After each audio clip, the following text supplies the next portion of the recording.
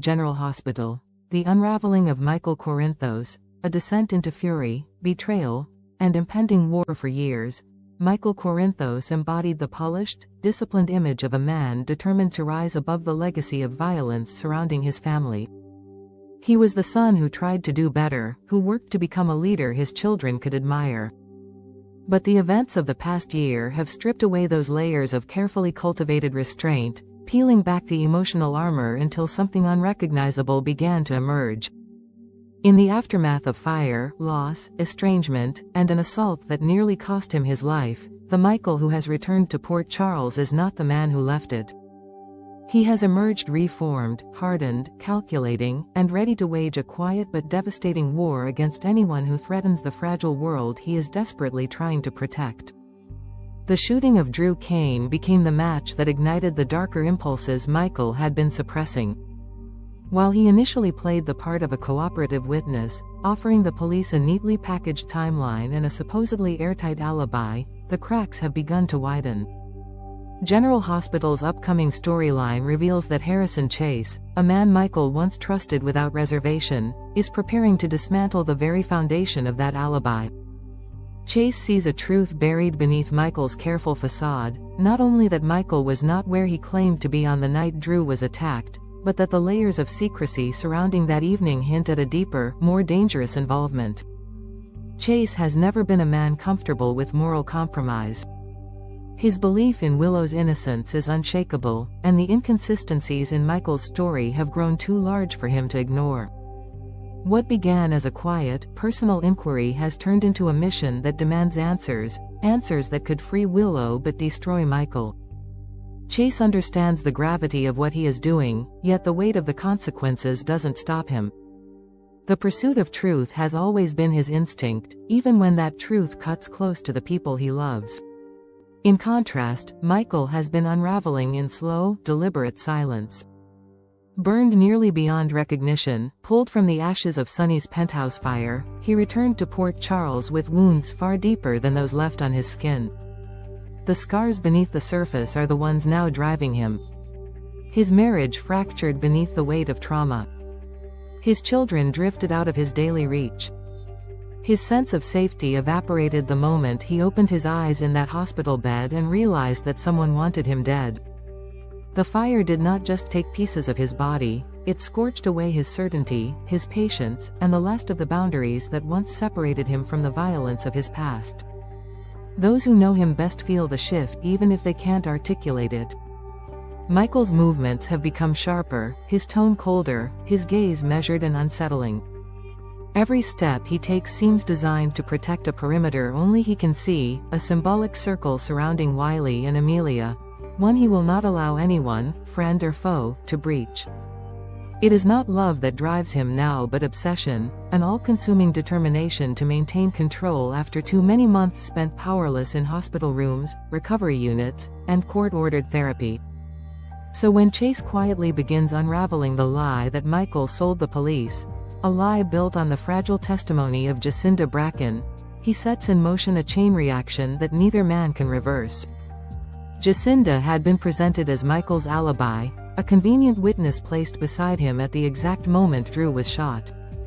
But rumors surrounding her time that evening have begun to circulate, whispers of another client, another arrangement, another secret that could destroy the timeline Michael so carefully crafted. Chase digs deeper, following the threads of gossip to a name that carries significant weight in Port Charles, Councilman Urza Boyle. If Jacinda was with Boyle, even for a moment, then Michael's alibi collapses under its own manufactured weight. Chase, recognizing the significance of what he has uncovered, prepares to bring the evidence forward, not as part of any official investigation but as the desperate act of a man fighting for Willow's freedom. He knows that undermining Michael's story won't automatically prove guilt, but it will expose the lie at the heart of the case and dismantle the narrative trapping Willow behind bars. Michael, however, is no longer the man who meets accusations with reason. This version of him is forged in trauma, sharpened by loss, and prepared to retaliate with precision. The betrayal from Chase will strike the deepest nerve, not only because Chase is family through marriage but because Michael once counted on him as a moral anchor. To have Chase turn against him signals something unforgivable, and Michael will respond with the same meticulous ferocity he has applied to every part of his life since the fire. The battlefield stretching ahead is wide and treacherous. Michael possesses resources that extend far beyond the reach of a simple police officer. With Aurora Media at his fingertips, he has the power to shape perception, influence powerful people, and crush careers with a single well-placed leak. Chase may wear the badge, but Michael holds the kind of influence that thrives in shadows. He can destroy a reputation without ever lifting a hand. He can orchestrate a public scandal, spark departmental scrutiny, and ignite a chain of consequences designed to sever Chase from the force entirely. The personal stakes are even deadlier. Brooke Lynn, Chase's wife and Michael's cousin, stands unknowingly in the middle of a storm being engineered behind closed doors. She loves Chase deeply, but her loyalty to the Quartermain family, fractured and complicated as it may be, runs just as deep.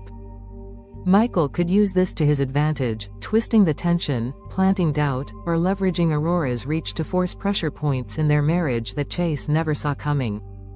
Even a whisper from Michael, placed in the right ear, could begin unraveling their strongest ties.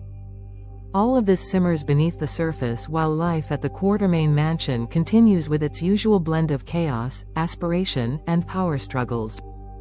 But General Hospital hints that those familiar rooms are about to witness something far more venomous. The elegant halls that once echoed with laughter and uncomfortable family dinners will soon become battlegrounds of accusation, silence, and destructive strategy, because the war between Michael and Chase is not simply legal or moral. It is deeply personal. It is rooted in survival, loyalty, and the violent pull of the past that neither man fully escaped. The most chilling element is that Michael's motives are no longer clear to the people around him. What began as trauma-driven desperation has hardened into something more dangerous. Chase sees Willow's innocence as his guiding compass. Michael sees his children as the center of his universe and believes that any threat to his position, legal, emotional, or reputational, must be eliminated by any means necessary. The collision of these worldviews ensures that once Chase exposes the false alibi, the repercussions will be catastrophic. Dismantling Michael's story may free Willow, but it will also shatter the last remnants of the man Michael used to be. And Chase, by reaching into this darkness, risks becoming the next casualty of a man who has already lost too much and refuses to lose anything else. General Hospital has crafted a powder keg storyline, one where the truth is both weapon and curse, where loyalty turns into ammunition, and where the man once known for honor and restraint is now primed to burn everything in his path to protect the pieces of his life that remain. As the Q Mansion braces for shockwaves and the Corinthos name prepares for yet another internal war, one thing is clear: when Chase reveals what he knows, there will be no going back.